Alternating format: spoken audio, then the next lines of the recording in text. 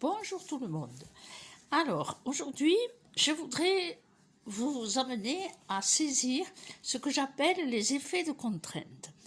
C'est-à-dire que si vous suivez un tout petit peu les autres vidéos, vous voyez que je vous amène dans,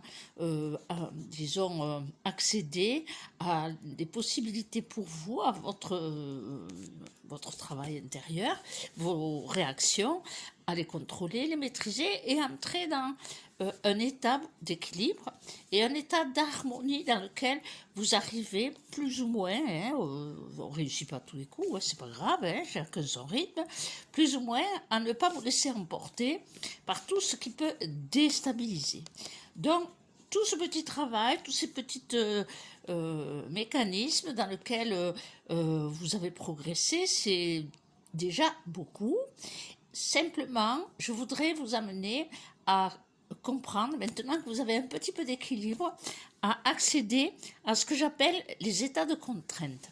Les états de contrainte, ce sont pour moi, ce sont des mécanismes qui sont un petit peu comme dans dans un ordinateur, ils sont intégrés dans le programme et donc il y a plusieurs sources et notamment les mémoires générationnelles, transgénérationnelles, les mémoires des traumas familiaux ou autres, enfin, sociaux, familiaux, pas seulement ceux que vous abordez au quotidien dans lequel vous trouvez votre équilibre puisque vous appliquez la loi de l'équilibre, mais bien dans l'image qu'il y a un fichier incorporé, ce qu'on appelle les engrammes, qui est engrammé. Et il va se manifester, plus vous allez avancer, plus vous allez devoir, que vous l'ayez fait ou que vous devez le faire, parce que ceux qui ont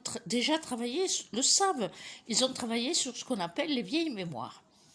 Et ces vieilles mémoires, ce sont pour moi, derrière ce stockage de mémoire, il y a des mécanismes, ce que j'appelle les effets de contrainte. Les effets de contrainte, c'est malgré que vous trouvez l'équilibre, que vous arrivez à maîtriser les choses, tout ce qu'on a travaillé, que vous le vivez au quotidien, il y a certaines situations qui enclenchent ces effets de contrainte. Alors, souvent, il faut d'abord aller chercher la source de ces effets.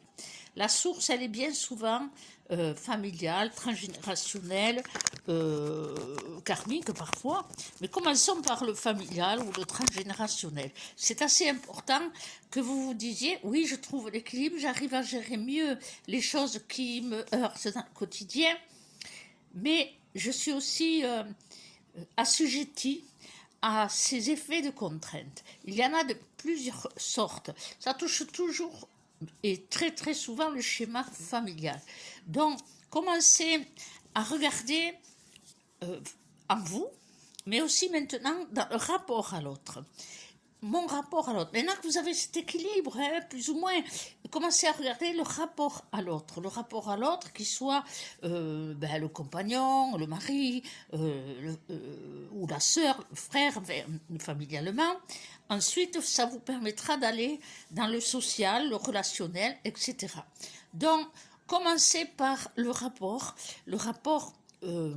à l'autre dans votre quotidien personnel, familial, vos enfants, toute la trame familiale. Commencez déjà par votre cercle, c'est pas la peine d'aller chercher loin, commençons par le commencement. Alors, dans votre cercle personnel, quelle est la tonalité que vous avez à observer de votre relation émotionnelle, affective, etc. Alors, pourquoi effet de contrainte? C'est très simple à comprendre. Plus vous allez travailler à l'équilibre, plus vous avez travaillé à l'équilibre, plus votre champ respirateur, les espaces qui se libèrent, vos cellules qui respirent mieux, plus vous avez un sentiment de légèreté et de liberté. Eh bien, les effets de contrainte, c'est tout le contraire, c'est que ces espaces-là, eh bien, ça les serre, on va mettre l'image comme ça, vous avez commencé à ouvrir les espaces, vous sentir beaucoup plus libéré, et là, vous vous trouvez compressé. Donc, si c'est une perte de liberté dans son monde relationnel personnel.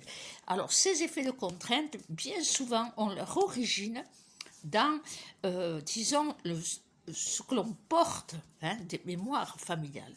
Alors, essayez de vous dire, voilà, quel est le type relationnel que j'ai avec, avec mon mari, mon compagnon, mes enfants. Commencez par là. Eh bien, vous allez devoir réfléchir à qu'est-ce qui fait écho dans ce que vous avez eu comme marqueur de la relation que vous avez depuis l'enfance, dans la relation père-mère, dans l'image du mari et de la femme. C'est les premières bases. Alors, beaucoup ont travaillé dans les vieilles mémoires, et en fait, il faut qu'elles nous lâchent. C'est pas tellement à nous de les lâcher. Bon, on y travaille, mais elles sont là, ce sont les effets de contrainte. Elles vous emprisonnent dans des mécanismes, disons, répétitifs, hein, tel est le mot. Quand vous regardez votre relation avec l'autre, ça va vous renvoyer à l'enfance, bien sûr, mais jusqu'à la toute petite enfance, jusqu'à même avant que vous étiez dans le ventre de la mère, c'est-à-dire dans l'œuf qui était prêt pour vous recevoir, eh bien, il y avait déjà les mémoires des parents transgénérationnels, etc. Alors aujourd'hui, vous regardez la relation que vous avez chez vous, avec votre compagnon, avec vos enfants. Et là, vous allez pouvoir commencer à décoder un petit peu les limites à votre liberté émotionnelle et affective. Si vous avez le sentiment que vous avez un véritable échange, un véritable partage, ça veut dire que, avec votre compagnon ou votre compagne, ça veut dire que quelque part vous avez établi une communication qui a permis des échanges et qui a permis que vous ne soyez pas dans cet effet de contrainte ou beaucoup moins. Par contre, si vous vous rendez compte que la personnalité de l'autre vous heurte, dérange votre espace de respiration, votre espace vital, eh bien, commencez à chercher le pourquoi. Pourquoi lui ou elle, dans sa vie, exprime ce qui vous compresse. Pourquoi vous, ce qu'il exprime, ce qu'elle exprime, vous compresse, c'est-à-dire vous oppresse, en fait. Alors, tout ça, c'est un petit travail. Ce qu'on appelle lâcher les vieilles mémoires consiste à se délivrer de cet enchaînement. Et c'est un mécanisme très subtil. Parfois, on ne s'en rend pas compte. Bon, plus on travaille, plus on s'en rend compte. Donc, on répète des schémas. En fait, on répète des schémas. Si vous avez eu une mère soumise, un père soumis, il n'y a pas que les femmes qui sont soumises, n'oublions pas.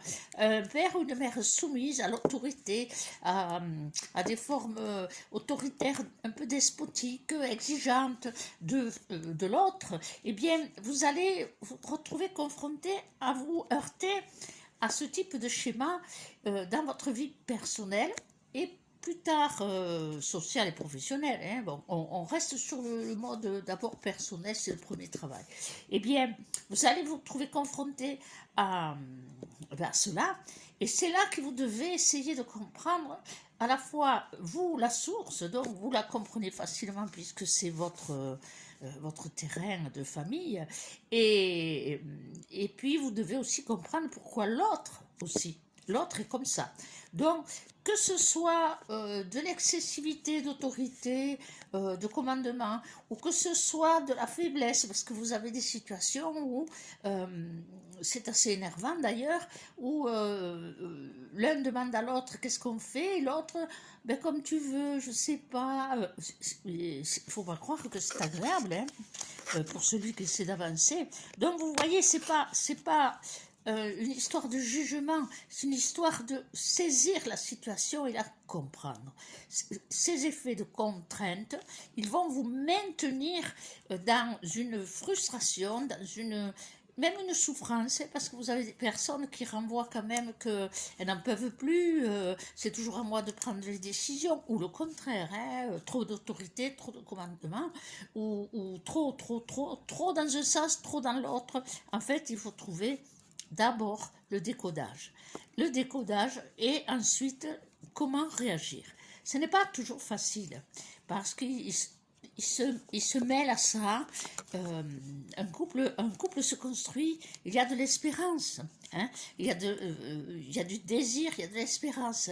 Et tous ces effets de contrainte, petit à petit, ils usent ces espérances et ça casse la joie. Et ce qui fait que les personnes sont, disons, malheureuses. Alors qu'elles aiment la personne, elles sont malheureuses. Et cet état les maintient dans l'effet de contrainte, dans un étouffement de leur propre vie. Et bien souvent, plutôt que d'avoir trouvé les clés pour s'en sortir, après, il faut être deux, hein, ne l'oublions pas. Il faut être deux pour avoir envie. Mais déjà, qu'il y en ait un qui cherche, il peut aussi suggérer à l'autre qu'il se remette en question. Donc, les choses sont ainsi faites qu'à un moment donné, la joie de construire son foyer, de construire sa route avec l'autre, elle s'écroule, elle diminue, et tout le monde est malheureux. Celui qui se pose des questions et qui avance à ça, et celui qui est à côté, qui ne comprend pas non plus, parce que si on ne fait pas le chemin de se poser des questions à deux, il y en a un qui traîne derrière, et puis qui se sent soit victimisé, soit jugé, alors que tout ça, non, il ne faut pas passer par ça. Il faut passer par... il faut que j'exprime. Il faut trouver les clés de son expression. Chacun dans sa personnalité, chacun dans son histoire. Il faut comprendre que c'est pas standardisé, mais c'est quand même répétitif. On retrouve des schémas semblables. Donc, les effets de contrainte sont très multiples et tout ce qui est engrammé, tout ce qui est déjà mémorisé et qui conditionne le schéma de vos parents et qui vous l'ont transmis, eh bien, il y a aussi que eux-mêmes l'ont, c'est pour ça, l'ont reçu en transmission des leurs. Et c'est pour ça qu'on appelle ça le transgénérationnel. Donc, tout ça, c'est du décodage, d'essayer de comprendre. Si vous êtes avec quelqu'un, homme ou femme, peu importe, qui ne se responsabilise pas, qui se laisse porter, qu'on essaie de remuer et qu'on est malheureux parce que rien ne bouge, eh bien, il faut entamer d'abord le travail sur soi. Et qu'est-ce qui me maintient dans ces effets d'insatisfaction, de tristesse de mon échec, ce que je considère souvent, ce que les personnes considèrent comme un échec, alors que l'amour est là, et il était là, mais vous savez, l'amour c'est une plante, il faut l'arroser, donc s'il y en a qu'un qui fait attention à ce qu'il n'y ait pas des ronces et des orties autour de la plante, ça ne peut pas fonctionner, parce que le terrain est à deux. Le terrain est à deux. La plante pousse parce qu'il y a un bon terreau et chaque matière du terrain, c'est la qualité de l'être qui le construit et non pas les faiblesses de l'être. Donc, ce qui fait que si vous êtes avoir poussé les plantes de votre terrain personnel et les petites pousses autour qui sont les enfants, eh bien, ils sont marqués aussi par le comportement que vous aurez dans les effets de contrainte. Ce qui fait que je prends l'exemple de quelqu'un qui ne se responsabilise pas, qui se laisse aller, que c'est l'autre qui doit tout faire, que c'est l'autre qui doit se bouger, qu'il est en face de quelqu'un ou de quelqu'une qui non seulement se laisse porter, mais qui procrastine, qui freine, qui ralentit, qui est jamais motivé. Vous avez des couples où moi j'entends, il veut jamais sortir, ou elle veut jamais sortir, enfin bref, ou elle lui reproche les sorties.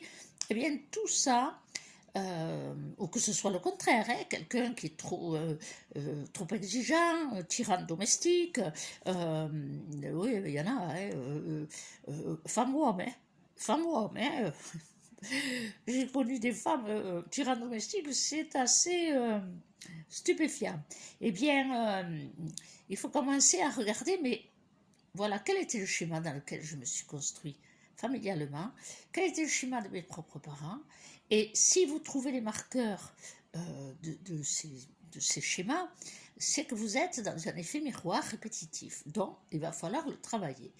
En face, celui qui devient soit le tyran, soit le poids que l'on porte, eh bien c'est pareil, il a sa propre histoire. Donc il faudrait, s'il est d'accord, si la personne est d'accord, l'amener à s'interroger. Alors, il y a cette notion que j'ai entendue souvent, ah mais je ne veux pas le blesser en lui disant t'es comme ta mère ou t'es comme ton père. Ouais, bon, le problème c'est le ton à lequel je le dis, hein. Souvent c'est comme ça. Eh bien, il vaut mieux le dire dans l'humour, mais t'es comme ta mère ou tu es comme ton père. Finalement, ne lui reproche rien parce que tu es en train de faire le même schéma. Il y a des choses qui doivent changer parce que ça ne nous rend pas heureux. Vous voyez, c'est l'interpeller gentiment. Ça ne nous rend pas heureux et pourtant on s'aime. Donc, vous voyez, il y a aussi comment on aborde ça, comment on approche. Mais avant d'exprimer, parce que tous ces effets de contrainte étouffent et c'est comme un brasier qui s'éteint petit à petit et la joie disparaît et la tristesse s'installe. Alors il me semble que c'est bien d'aller explorer. De toute manière, d'aller explorer tout ça, de toute manière, toutes les personnes qui ont travaillé sur eux et qui ont suivi déjà à l'époque les ateliers qu'on faisait, hein, eh bien, ça les a amenés à travailler d'une manière très subtile parce que la vie est généreuse, d'une manière très subtile à travailler sur les vieilles mémoires. Alors, pour la petite anecdote, je vous le rappelle, ceux qui l'ont vécu, ils vont s'en rappeler, un jour, j'ai reçu, en communication directe, lâcher les vieilles mémoires. Non pas que nous les lâchions, mais qu'elles nous lâchent. Et j'ai eu une image, c'est-à-dire, j'ai vu une feuille de papier, une boîte d'allumettes, des crayons de couleur et de la pâte à modeler. Alors, j'ai fait un petit mail annonce au groupe qui suivait les ateliers. Voilà, la prochaine fois, ça sera lâcher les vieilles mémoires et il faut venir avec ces fournitures-là. Donc, c'était prévu pour quelques jours après. Et puis la veille, un participant qui habite pas loin de chez nous est venu s'inscrire et a posé la question et ça sert à quoi la feuille de papier, le crayon, le pâte à modeler, etc. Eh bien, ma réponse a été je n'en sais rien. En fait, j'ai reçu ça, mais je ne sais pas.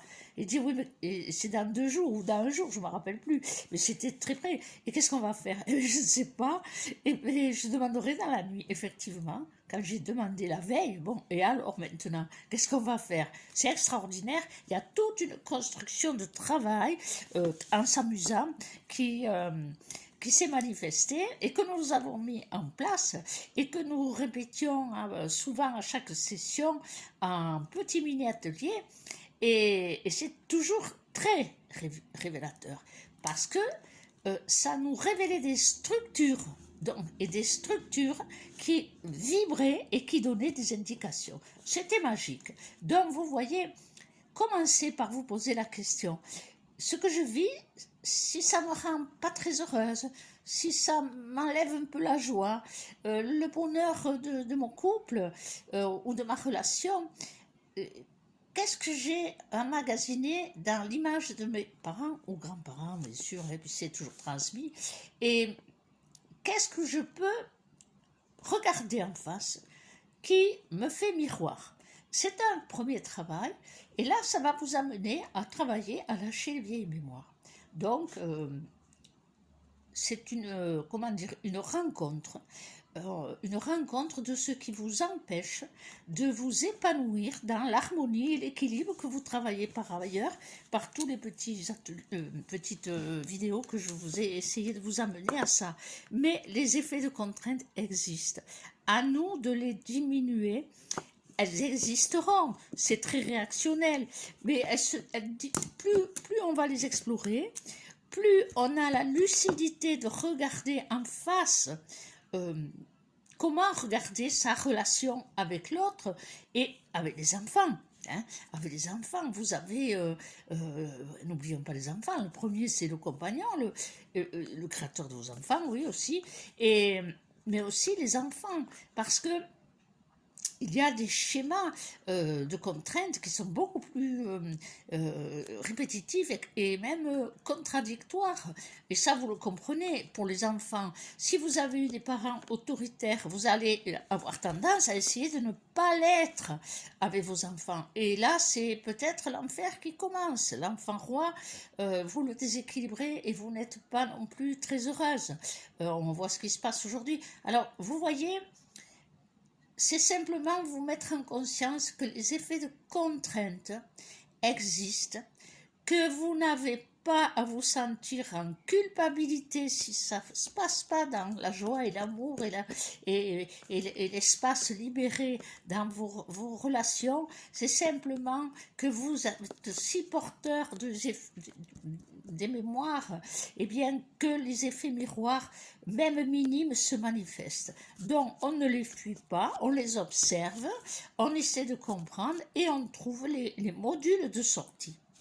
Parce qu'il y a des modules de sortie et pour qu'elles nous lâchent ces mémoires. C'est pas à nous de les lâcher au départ, c'est pas nous qui les avons créées. Nous les confirmons dans l'effet miroir. Voilà, je trouvais important de vous dire cela parce que ça fait partie du chemin, des étapes de l'éveil. D'un côté, oui, l'harmonie, etc. Mais il faut savoir que ceci existe et que cela maintient un état qui est disons, qui est contraignant et surtout qui est oppressant. Donc, observez ça, prenez conscience et ensuite vous trouverez très certainement, alors chacun dans son rythme, chacun dans sa vie, peut-être les moyens d'exprimer ce qui ne vous rend pas équilibré, harmonieux dans votre vie personnelle.